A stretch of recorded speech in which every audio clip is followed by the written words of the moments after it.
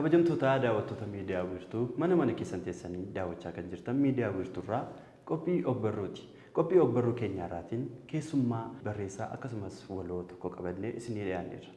Keessummaa kana waliin kan isin faana turu ani Odaa Abtaamuuti. Akkasumas gama ogummaa kaameraa fi teeknikaatiin Firaa'ol Abiraam nu faana jira. Haga xumuraatti nu hordofaa.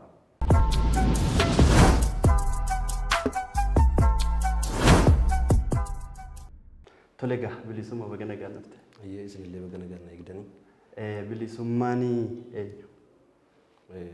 maqaan kiyya bilisummaa shibbiruu kan immoo qaqqabaa shibbiruun jedhama. Dhalataa godina Shawaa Lixaa Laalii Banjaawii ganda tokko Kombolchaati. Amma kan jiraatu Buraayyuu keessadha. Tole bilisummaan waloodhachi akkasumas barreessaadha. Kitaabota hedduu akka barreessitee fi yookiin kitaabota hedduu akka jijjiirteedha. Mee gara keetti osoo hin dhufin dura waa'ee ogbarruu Oromoo irratti waan tokko kaasna. Ogbarruu Oromoo yoo jennu ogummaa barreeffamaa waa'ee Oromoo haasa'u, duudhaa Oromoo, seenaa Oromoo akkasumas aadaa fi falaasama Oromoo haasa'u barreessanii labatatti dabarsuudha. Osoo Oromoon gara ogummaa barreeffamaa yookiin ogbarruutti dhufin dura seenaan Oromoo maal ture? Odoo garsanatti dhufin dura gara ogummaatti otoo dhufin hayyoonni Oromoo tokko barnoota argataa deeman hojii ogbarruun otoo hin eegaliin dura osoo waa katabuun jalqabiin dura sabni biraa akkuma barbaadetti waa'ee keessi caalan beeka jechuudhaan nutti himaa ture. Dhaloonni sanuma qabateeti kan deemaa ture. Adeemsa keessa gaa Oromoon barnoota barachuu akkuma jalqabeenii gara ogbarruuttis dhufuu eegalee san booda Oromoo waa'ee isaa ofuma isaatiin barreeffachuu eegalee jechuudha. Amma akka durii sana sabni biraa anasii beeka waa'ee kee jedhee waa'ee Oromoo yoo barreesse dhalootichis hin fudhatu sabni kunillee hin fudhatu. Oromoon waan ofii isaatii waa'ee isaa ofuma isaa beeka. Kanaaf gama ogbarruu isaatiin waa beeku. Gama ogbarruu bichaan otoo hin taane fakkeenyaaf gama sirbaan gama fiilmii garaagaraa seenaa garaagaraattiin illee ofuma isaatii hojjetachaa jira jechuudha. Waa'ee Oromoo saba biraan kan katabaafii jiru yookaan himaafii jiru jechuudha. Yeroo irraa kanatti mee kan durii kanan yoo kaasne ogbarruun Oromoo mee maalirra jira?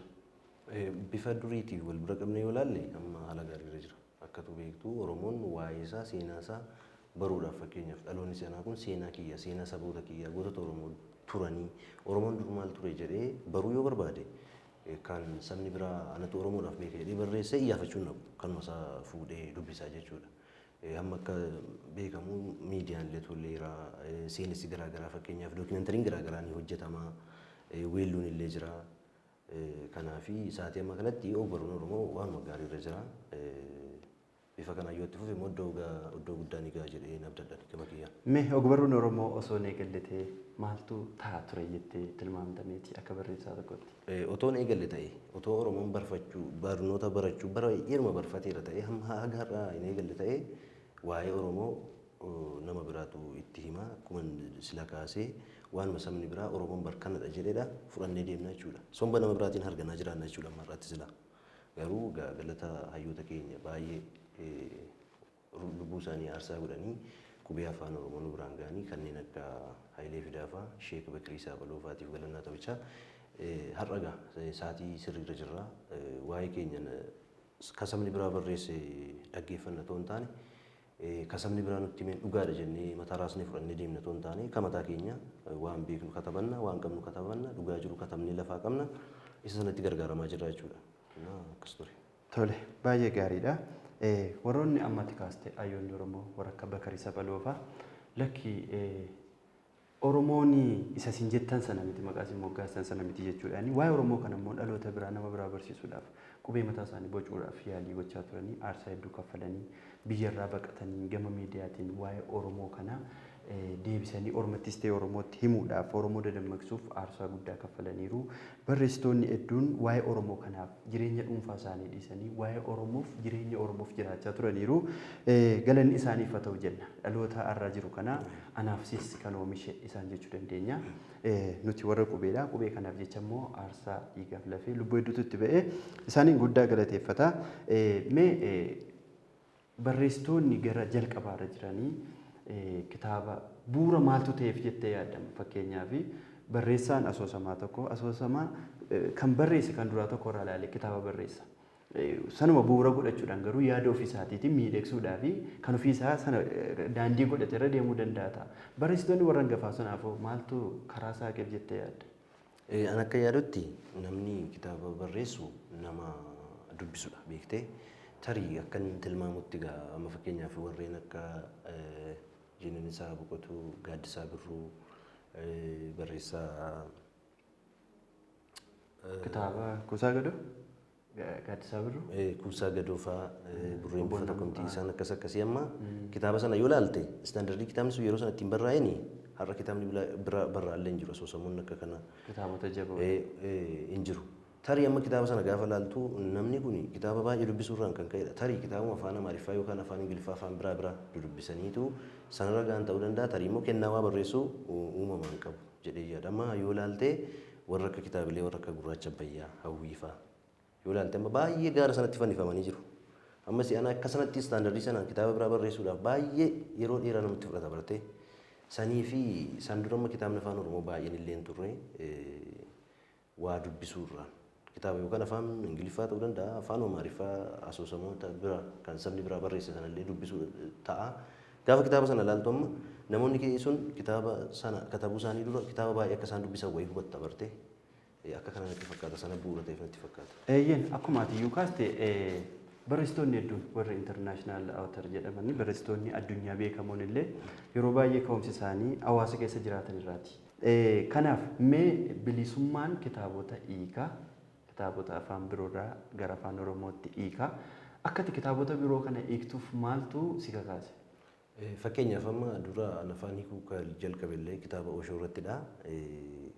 Kana dura kitaabni Oshoo afaan addunyaarra jiran afaan garaa garaatti hiikameera. Biyya kana keessa yoo deemte illee akka afaan Amaariffaatiin hiikameera. Afaan Oromootti hiikamuu baay'eedhuma namuu sodaata jedhe. San bira darbee immoo hiikuu miti. Dubbisuun illee baay'ee cimaa. Ani immoo yeroo baay'ee wantoota daangaa darbanii arbeeffaman hin barbaadu. Fakkeenyaaf namni kitaaba Oshoo dubbise maraata waan jedhamu nan dhagaa. Namni kitaaba Oshoo hiike immoo harka cita namni naan jedhe jira. Innaa lakkii dhuga waan sana mirkaneeffachuudhaa fi hiikuun jalqabe bartee san booda gaafanii intina hiikuu kitaaba sana hiikuu jalqabu homtuu wanti harka qocates wanti arbeeffame sunillee hojiirra oollee lammata immoo kitaaba kana sabni biraallee dubbisee bar addunyaa irratti namni Oshoo wallaalee hin jiru. Afaan Amaariffaatiin illee kitaabileen isaa baay'eetu hiikame. Haga kitaaba 50 waan gaantu hiikamee gabaarra jira. Afaan Oromoo bira ittiin gaafa dhufte kitaabni kun hin hiikamne. Waan sabni biraa dubbise Oromummaaf dubbisuu dhaba. Dubbisuu qabnaa mitiire. Arguu qabna. Gaarummaa isaas dubbachuudhaa fi ammina isaas dubbachuudhaa fi dubbistee ilaaluu qabda. Afaan keenyaanis dubbifamuu qaba. Namuu jaalatanii dubbisa namuu immoo sodaatellee dhiisuudhaa fi hiikamuu qaba waan jedhutu waan namni biraa dubbise akkam dubbisuu dhabna akka jedhu natti dhagahama. Yeroo baay'ee amma kitaabileen baay'een afaan Amaariffaatiin jiru afaan Oromootiin hin jiran. Suni gama kitaaba hiikuu irratti hir'ina ni qabna. Akka tasaa ta'ee wantoota kanatoo fuulduratti hojjetame natti tolama. Akkuma ati kaaste kitaabni Oshoo yeroo baay'ee yeroo kutaa gadaanaa barannu barattoota yuunivarsiitii kun yooma xiqqoo dhiphinumarraan kan ka'e mataan dhukkuu illee kitaaba Oshoo dubbise. Yeroo baay'ee namni gaafa barnoota sadarkaa cimsataa deemu hubannoon isaa jabaataa deema. Akkaataa duritti beekaniin gaafa dhabanii jedhan namni sun jijjiiramee dhufe kitaaba Oshoo dubbise ta'a. Abaluun akkana ta'e wantooti jedhamanii ni mul'ata. Haa ta'uti kitaabni Oshoo kun yeroo baay'ee Oshoon kitaaba barreesse faan qabu wanti jedhamu jira. Inni deemee barsiisaadha. Deemee wantoota inni barsiisuun ala Oshoon kitaaba hin qabu. Namoota amantaarraa jibba qabantu aayidiyaa kana uumanii Oshoo bakka bu'uudhaan barreessu jedhamee ololama. Ati immoo dubbisaa kitaaba Oshoo sanarra dabartee kitaaba Oshoo kana gara afaan Oromootti hiikuudhaaf dirqamteetta mee hubannoo achirratti? Suni kana tamma jette ni dhagaan illee Oshoon jalqaba wantoota namarraa namoota biroorraa adda ta'an mul'isuu kan jalqabe dhalatee guyyaa sadiitti jedha seenaansaa. Gaafa guyyaa sadii harma hudhuu dhiisee san booda guyyaa sadii guyyaa lama waan akkasii ture deebi'ee harma hudhee uma jiraate sana booda fakkeenyaaf waan aadaa ta'e yookaan bartee ta'e namni sodaatu wayin jiru fakkeenyaaf Oshoon lammii Hindiitidha. Hindi keessa yeroo jiru Hindi keessatti harree yaabbachuun dhorkadha yookaan immoo akka safuutti waan balaaleffamaa wayitii kana gaafa dhaga'u Oshoon deemee harree yaabbateetu mandara keessa deemaa ture. Kabira yoon sii kaasee wantoota Oshoon daa'imummaarraa kaasee yaada guddaa maddisiisuu jalqabee fakkeenyaaf Oshoon maatii isaa haadhaaf abbaa isaa bira otoo hin taane akaakayyuu isaa biratti guddate yeroo baay'ee akaakayyuun isaa tapha cheezii taphachuu jaalata. Oshoon xiqqummaan deemee maaliif kana taphattaa jennaan yeroon ittiin gubaa jedhaan akaakayyuunsaa. Indee mee yeroo gubattu agarsiisi akkamitti akka inni gubatu agarsiisi jedhee gaafata. Daa'immoo irraa kaasee yeroo tokko amma rifeensa guddifate baay'ee rifeensa guddifachuun kan dubartootaati malee kan dhiiraa miti jedhee abbaan isaatti lola. Abbaan Oshoo mana wayyaa qaba beektaa? Uffata hodha. No mana uffata xaaqaan fa'aa gurguramu kan. San booda namni innaa Oshoo xinnummaatti daa'ima ta'e inni goodaa ijoollee wajjin argu intalli sun kan eenyuti jedhanii haasa'u jennaan abbaan Oshoo qaana'aa ilma kiyyaadhaan jedha. Sana booda gaafa namni akkas jechuu baay'isu qabeetu maqasii ittiin uffata sana hodhuuni rifeensa Oshoo irraa gaggabaabseennaan hiriyaasaa wayii bira deemeetu gadi qabinaa haadii jedhee haaddatee dhufe. Achi haaddatee gaafa dhufu mataa addachuun immoo yoo abbaan namarraa du'e haaddatu. Akka aadaa indiitti achitti. Mucaa kana jalaa eenyu du'ee maal isaa jalaa du'e jedhanii yoo namni gaafatanii ammas abbaan Oshoo maal ta'e qaana'a himuma kiyyaadhaa jedhaa dubbate. Walumaa gala Oshoon dhalatee xiqqummaarraa kaasee wantoota adda ta'an gaafachuu eegale. Fakkeenyaaf mana barumsaatti barsiisaan isaanii tokko yoo barattoonni barfatanii yeroo torba mana barumsaarra nama naannessee nama adaba. Sana booda Oshoodhaanis guyyaa tokko adabbiidhaaf jedhee yeroo torba naannennaan alaa rakkoon qabu ani kun ispoortiidha sochii qaamaa gaarii waan ta'eef yeroo 14 iyyuu guyyaa guyyaan otoo hin barfatinuu siin naannaa jedhee naanna'uu jalqabe. Akka kanatti deemee booda Oshoonii barnoota illee baratee yoo baratu barsiisaa yeroo biraatti deemina isa kana yoo barachaa ture barsiisonni isaa illee ammas ari'atanitti yuunivarsiitii garaagaraa irra maqaan isaa gahee yoo kilaasiin seenu ta'e bakkee taa'ee barata yoo ta'e simanna kolleejjii baay'een akka kanatti kan inni baratee dabarsee booda keessa piroofeesara ta'e illee yuunivarsiitiota garaagaraa barsiiseera dhumarraa hordoftoota horate hordoftoonni isaa sun Saaniyaas jedhamu uffata halluu burtukaanaa maal isheenii halluu burtukaanaa qabu kana uffatau isa duuba deemu isa wajjiniin sosocho'u bakka garaagaraatti jechuudha. Haga gaafa inni Ameerikaa galee qabamee mana hidhaa galuutti haga gaafa inni du'utti istiil amma har'aatti hordoftoonni isaa sun jiru Saaniyaas jedhamu. Hamma akkam ta'a kitaabni Oshoo bifti ittiin barraa'ee gaaffii gaafatu. Gaaffii kan gaafatu immoo hordoftoota isaa ta'uu hin taane namoonni amantii fagoorraa nama kana inni dubbisna isa morminee gara amantii keenyaatti deebisna ni dhaqaniitu isa wajjin haasaa jalqabanii utuma xiqqoon haasa'in baqatanii badu barte. Mo'achuu dadhabanii. Inna haasaa inni akka kanaan babarree haasa'u kana maaltu ta'a viidiyoon isaanii jira kitaabileen baay'ee nama fakkeenyaaf bakka wajjin kaa'u viidiyoon sun daqiiqaa meeqa akka turu wajjin illee kaa'ama kitaabni Oshoo baay'eensaa yoo ilaalte jechuudha. Inna akka kanaatiin barraa'ees gahee kitaabni Oshoo. Kitaabni Oshoo yeroo tokko amma wantoota jedhaman tokko jira. Oshoon kitaaba ofii barreesse takka illee qabu kan jedhe sana lakinii qaba. Fakkeenyaaf waa'ee siyaasa keessa yeroo tokko kitaaba sana yaadachuu baadhullee pirezidaantii biyya isaanii kitaaba isaa tokko otoo dubbisaa jiranii akka du'an fa'aa dubbata. Dhaabbata miishinarii wayii wajjin immoo maxxansa walii gala. Manni dhaabbataa sun kan pirootestaantiiti kan warra akkas miishinarii baayibilii babal'isan kana. Isaanii kitaaba sana hin dubbisne maxxansaafii jiru bartee. Garuu immoo namoonni sun namoota isa dura dhaabachuuf ba'an wayiiti.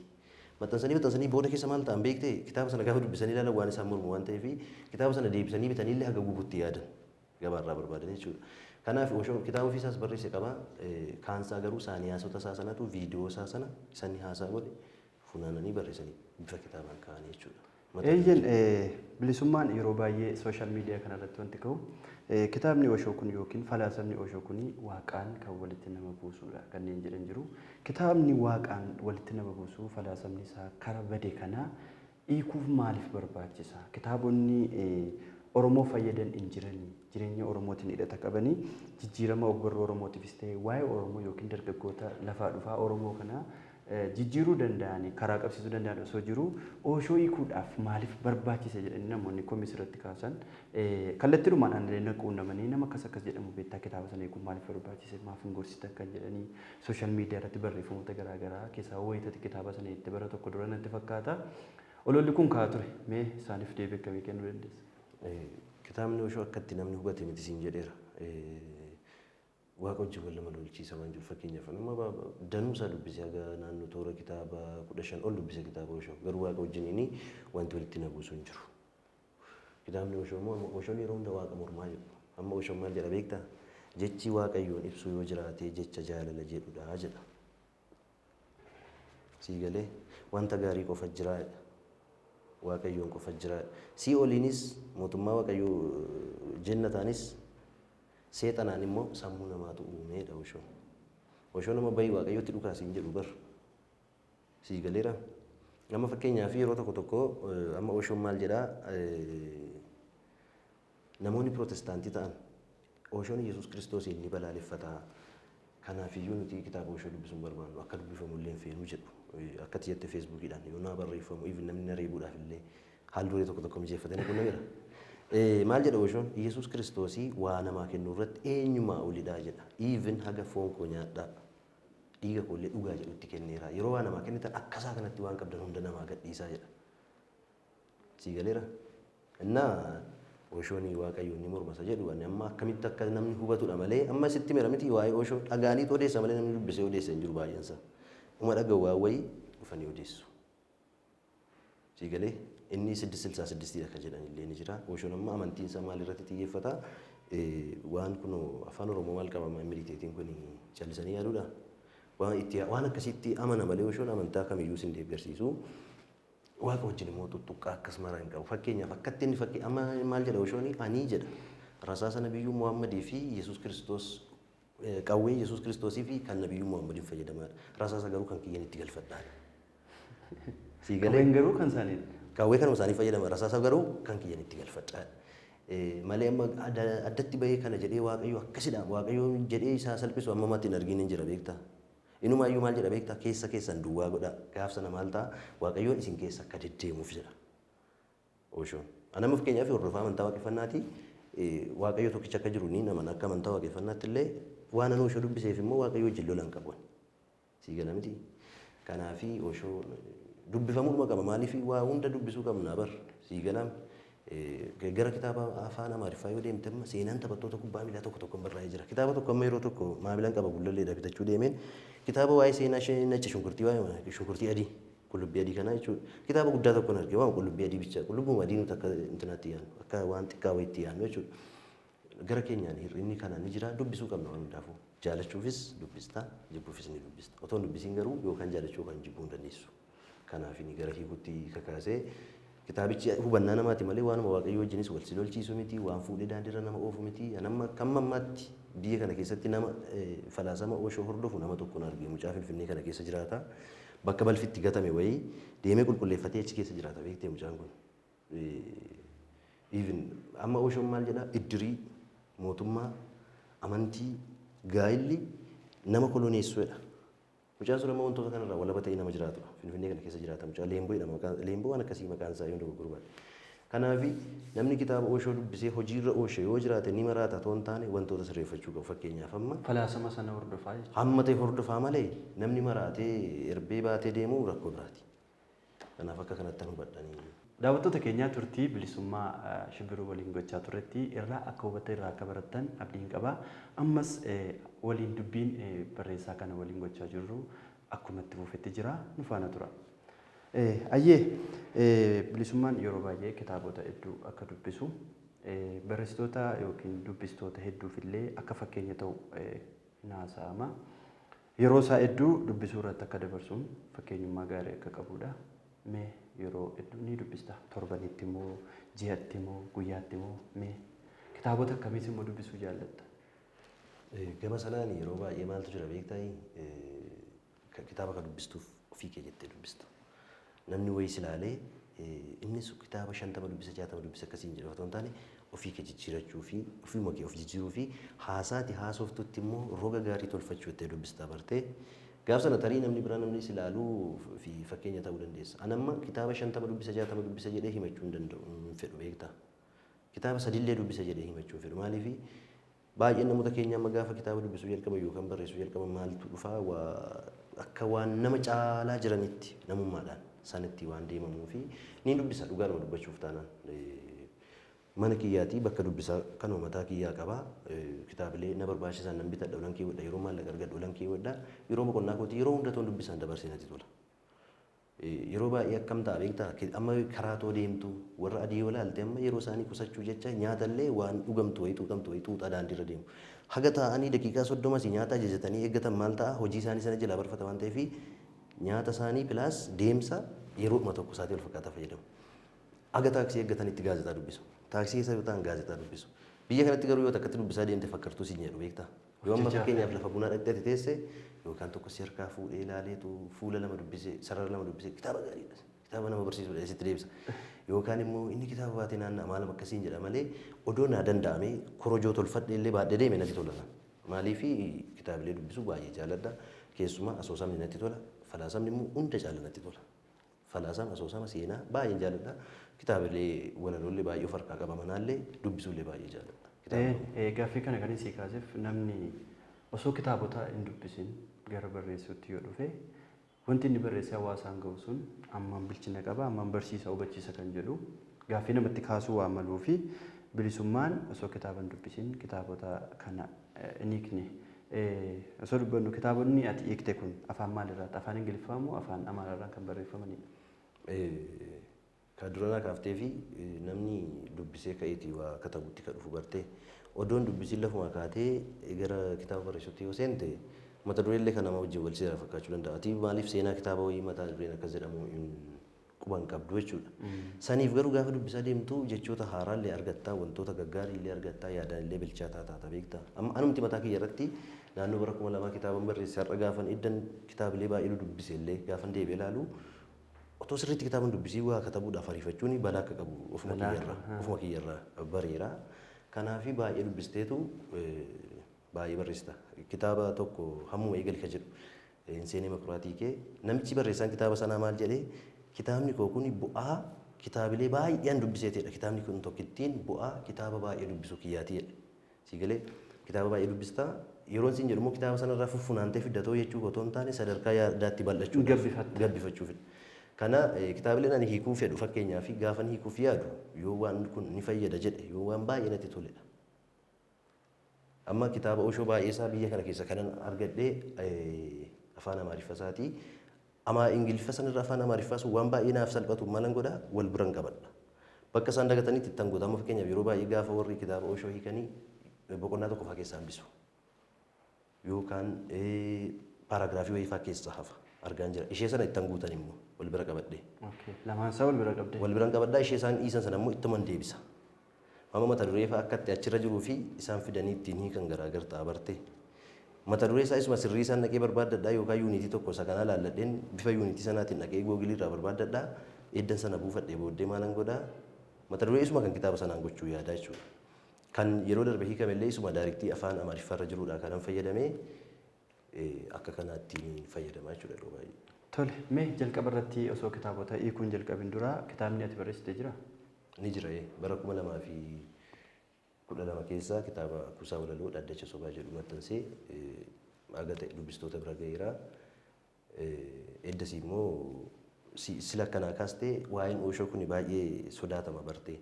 Gaafa dubbisuu jalqabu sodaa sana cabsuuf jecha sodaa sana cabsuuf jechani kitaabilee isaa keessaa seenaa isaa funaaneen naannoo toora fuula 67 akkas qabu bifa PDF'tiin maxxansuu yaade telegiraamii irratti. Yoo maxxanse namni kun waanaan jedhan sodaadha hawaasni ilaalcha sii qabu. Sanaa jecha kabarii isaa nama hojjechiiseen halkan sa'aatii 4 beeksisee tananii bilbila kiyya cufadhee rafee beekte.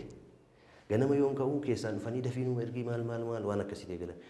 Yoo soogaa sabni kun dubbisa kitaaba kana dubbisuudhaaf fedhii qaba waanta ta'eef kitaabni biraan illee hiikamu jedheen gara hiikuu sanaatti dhufe.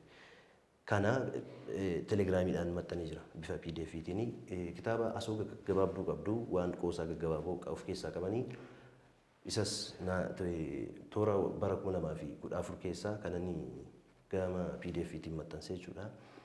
Amma kitaaba sanallee waan jaaladheef ofii kiyya akka dhuunfaa kiyyatti waan jaaladheef irra deebi'ee gulaalee peejii isaallee ol guddisee dhumani bifuma PDF'tiin akka dubbifamu godha jechuudha.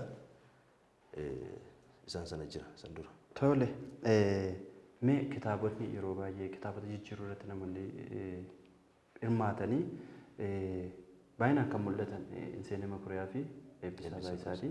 Kitaabota isaanii namoonni baay'ee jaallatu. Keessaa kitaabonni Eebbisaa yeroo baay'ee gorsas ni qaba. Gara amantaa kanaanis wantoota walitti fidan hedduun ni jira. Barbaadummaa hedduu qaba. Ati immoo kitaaba Oshoo irraa tokko jettee kitaaba jijjiiruu jalqabdeetta yookiin hiikuu jalqabdeetta gara afaan Oromootti. Kitaabota biroo sanaan ala ta'e falaasama Oshoodhaan adda ta'e kitaabni hojjettee jira? Falaasama Oshootiin adda kan ta'e kananii maxxansee hiike hin jiru hagas dura. Amma garuu kunillee kan hiikamedha. Falaasama jireenyaa kuni akka kan Oshoo miti barte barumsadha barsiisadha. Namni kun abbaan yaada kitaabichaa nama Epictetus jedhamu lammii Giriikiiti. Namni kun yoo biyya lafaarra ture yoo ija lubbuun ture barumsa kennaa ture mana barumsaallee ofiisaa hundeesseellee barsiisaa ture garuu qubee kam akka inni barreessu illee barraa'ee fi nafe seenaansa fakkeenyaaf Epictetus jechuun lafaa argame akka jechuutti akkatti hiiku. Seenaansa. Namni kun mucaa eenyu akka ta'e haati isaa eenyu akka jedhaman abbaan isaa eenyu akka jedhaman seenaan qabu. Maaliif barsana intanaa ture maali nama humnaan bitu. Barsana keessa mucaan kun dhalatee waan argamee fi akka kanatti guddate harka mootiitti guddate fakkeenyaaf yoo asirra ilaalte suura isaa kana bira kiraanchiin jiru kun ittiin okkola ittiin okkoluuf kan itti fayyadamudha. Kan ammoo mootiidhuma isa bituutu guyyaa tokko lafumaa ka'ee miila isaa qabee micciiree otuma inni na dhiisi jedhuuni cabse. Akka kanatti kan jiraachaa ture barumsa isaa kan ammoo inni barsiisaa ture siyaasa of keessaan qabu. Amantiillee kan itti bu'u kan ol kaasee faarsuun qabu. Gaafa dubbisee ilaalu waan natti bareedee jennaan kitaabicha hiikuu murteessee amma ta'e kitaaba maariffaarraa muraasa isaa argadhee ingiliffa isaa naannoo boqonnaa 38 waan akkas qabu wayiin itti dabalee iddoo biraatii barbaade.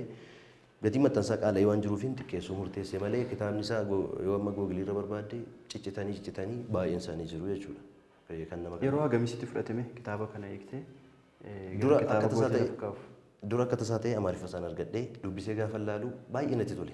Seenaa isaa seenaan laalu waanuma garaa nama nyaatu wayii taanaan gara barreessuutti gara googiliirraa seenaa isaa kana barbaaddachuutti deeme viidiyoo isaa fa'aa barbaaddachuutti yaadee viidiyoo isaa illee hin arganne fakkeenyaaf wantoota kitaaba afaan amaariffaarraa dubbiseerraa wantoota naan galleefaa jira waa'ee namicha kanaa.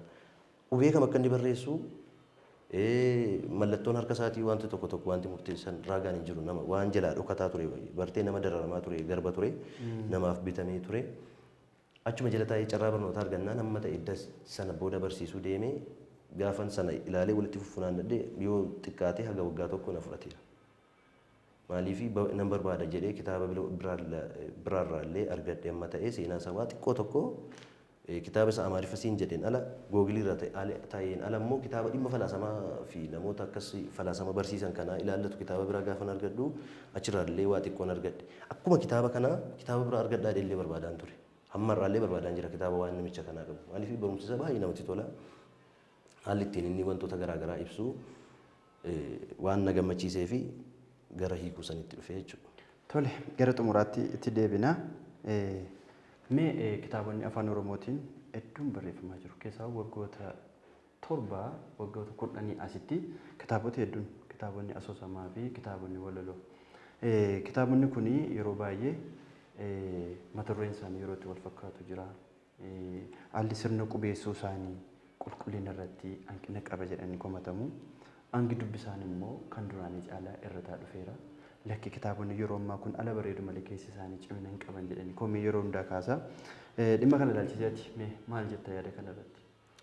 Akka sila kaasnee turre rakkoon asirraa ka'u maalidhaa otoon dubbisiin gara barreessuutti deemu fiigala yoo amma akka tasaa ta'e amma yeroo tokko akkaataatti namoonni keenya gulaalchisan argaa oolla. Fakkeenyaaf namni tokko kitaaba barreessee irra deddeebi'ee edda dubbisee booda nama gulaalutti kennata beektaa. Nama tokkotti kennata namni sun caalaa jedhama. Caalaan edda gulaalee fi deebisee booda immoo ofiisaa ilaaleetu nama biraa wayii kan caaltuu kan toltu nama wayiitti immoo geessee kenna beektaa. Amma garuu maaltu jira beektaa nama 5 gulaalchisuu yoo barbaade 5 yeroo tokko kenna. Nama 2 gulaalchisuu yoo barbaade 2 kennee as deebi'a. Amma kaanii edda takka barreessanii gulaalaatti kennanii kaanii gatii maxxansaa haasaachuu deeman fa'a inni mudata.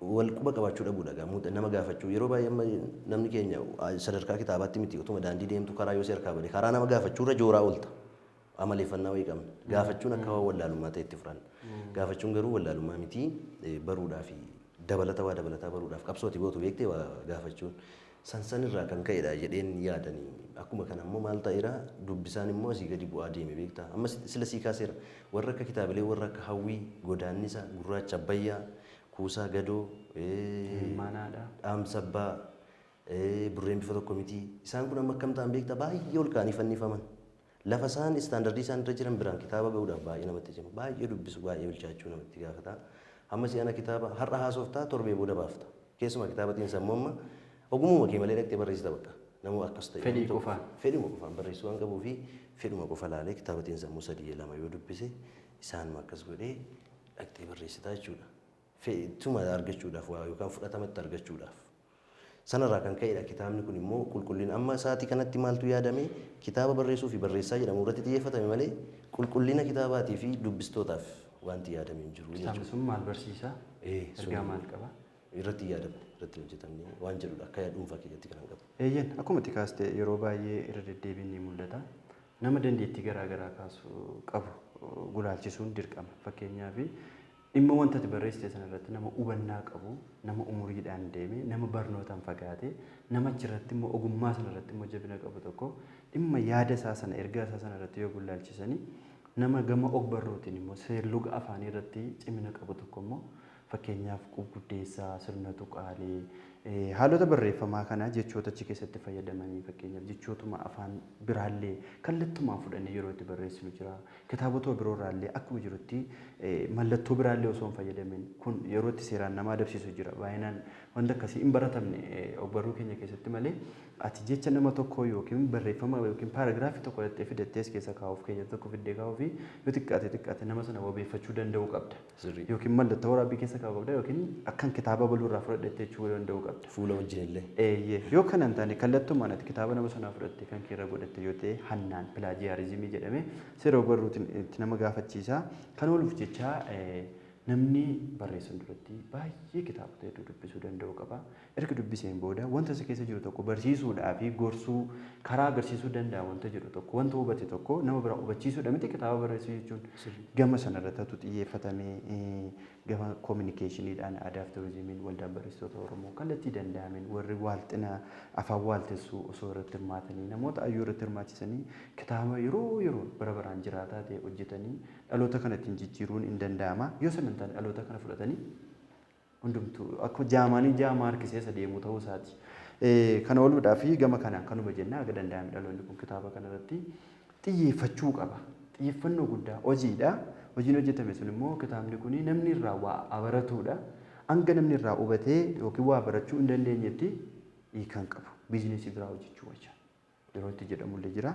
Qeeqa sana ooluudhaa fi kana yoo dubbanne kitaabni kun qabiyyeen isaa maalii kan jedhu irratti haasofneerra. Kitaaba kana yoom eebbisiisuu fi eessatti?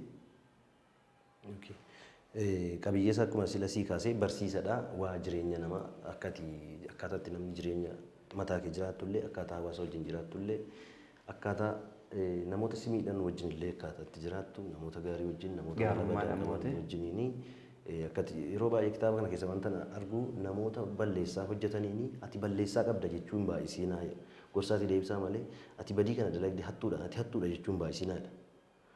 Ati dogoggorteetta waan ta'eef irraa sirradhu jedha akka kanatti waa jedhu qabiyyee isaa dubbistootaaf anniisaa kan eebbifamu sadaasa 30 yookaan gaaf guyyaa 30 ji'a sadaffaa 2016 magaalaa Buraayyuu keellaa hoteela Guuteetti eebbifama isaatii 7 irraa eegalee san booda dubbistoota ni qaqqabaa jechuudha. Tole. Daawwattoota keenya akkuma asirraa dhageessanii kitaabni kun kitaaba jijjiirameedha. Kitaaba falaasamaadha. Falaasama barsiisuu danda'u ta'uu dubbii barreessichaa yookaan kan hiikerraa dhageessanittu kitaabni kun falaasama jireenyaa jedha. Falaasamni jireenyaa maal akka ta'e immoo kitaaba kana guyyaa gaafa eebba sanaa namoonni naannoo sanatti argamtan akkasumas bakkoota garaagaraatti argamtan deemtanii sirna eebba sana irratti hirmaachuudhaan barreessicha jajjabeessuu akkasumas kitaaba sana bitachuudhaan kitaabota sana keessa wanta jiru dubbistanii yaada barreessaa sanaaf qooduu ofii keessanis irraa hubannoo akka argattan gamanumaan dhaamsa isinii dabarsinaa irra deebi'uudhaan sadaasa 30 bara 2016 Buraayyuu hoteela Guuteetti sirna eebba kitaaba falaasama jireenyaa. Guyyaa gaafa sanaa aartistoota akkasumas weellistoota namoota jajjabaa barreessitoota hangafni affeeramanii qeeqni ni jira akkasumas aartiidhaan og-barruu Oromootiin bashannanaa irraa barachuu dandeessu qophii bal'aatu ta'aa jira. Guyyaa gaafa sanaa sagantaa biraa hin qabatinaa sadaasa 30 Buraayyuu hoteela Guuteetti sirna eebba falaasama jireenyaa irratti wal agarra. Gamanumaan wanti dhaamtu yoo jiraate xumura irratti? Wanti dhaamtu yoo jiraate baay'ee haasawuu yaadu sanarratti yeroo baay'ee dhimma aartiitii kan irratti haasa'aa jiru. Mata duree sana alaan baanuu miti yeroo tokko fakkeenyaaf yoo eebba kitaabaallee yoo ilaalte eebba sirboota garaagaraallee yoo ilaalte eebba fiilmiillee yoo ilaalte akkaataa itti namni dhaqee hirmaatu tokko yeroo itti weef godhu argita beekta bu'aa bayii wayii agarsiisa. Fakkeenyaaf ati fiilmii tokko barreessitee beekamtii homaa feesbuukii kanarraan qabdu tiiktookii irraas waan biraarraas namni baay'ee si hordofu hin jiru yoo ta'e fiilmiin kee hagamu akka addunyaatti illee fiilmii ilaalamuu danda'u yoo ta'e nama muraasa si beeku si dhaqa. Nama callistee immoo miidiyaa kanarraa immoo waca kana baay'isu taatee waanuma gatiin qabne wayyooti kitaaballee haa ta'u fiilmiillee haa ta'u maxxansiistee immoo namni wal guuree dhaqa ishee sanarratti otoo hin taane nama sana haga nama sanarratti dandeettii nama sanarratti akkasumallee dhimma aartiitti edda ta'ee jechuudha. Isa baay'een dhaqamuufis baay'een akka jirutti dhaqnee isa nama hin dhabne amma fakkeenyaaf muuxannoon qabaanii giddu gala aadaatti nama 38 taanee kitaaba eebbisneerra. Mana sana immoo namni guutee bakka dhaatee hin dhabneerra. Sii galaa garaagarummaan akka kanaa otoo uumamu baate aartii irratti wal jabeessina taanaan kan mucaasa feesbuuk irraa fooloorsiin isaa baay'ees kan mucaasa feesbuuk mayyuu hin bananne qixumaan dhaqneetoo irratti hirmaannee fi waan jiru. Daawwattoota keenya turtii barreessaa Bilisummaa Shibiruu waliin taasifnee akka irraa barattan akka itti bohaartan nana mana turtii isa waliin goone bilisummaa sagantaa biraa eebba kitaaba keenya boodatti walitti deebi'uu dandeenya. Kanaaf asuma irratti haa goolabnu ka. Asuma irratti haa goolabnu. Ansa biroo hin qabdu. Tole. Daawwattoota keenya qophii obbarruu keenyarraa barreessaa fi waloo Bilisummaa Shibiruu waliin turre kana fakkaata. Qophicha qopheessuun kan isin faana ture ani Odaa Abtaamuuti akkasumas gama ogummaa kaameraa fi teeknikaan Firaa'ol Abiraam nu faana ture turtii gaarii.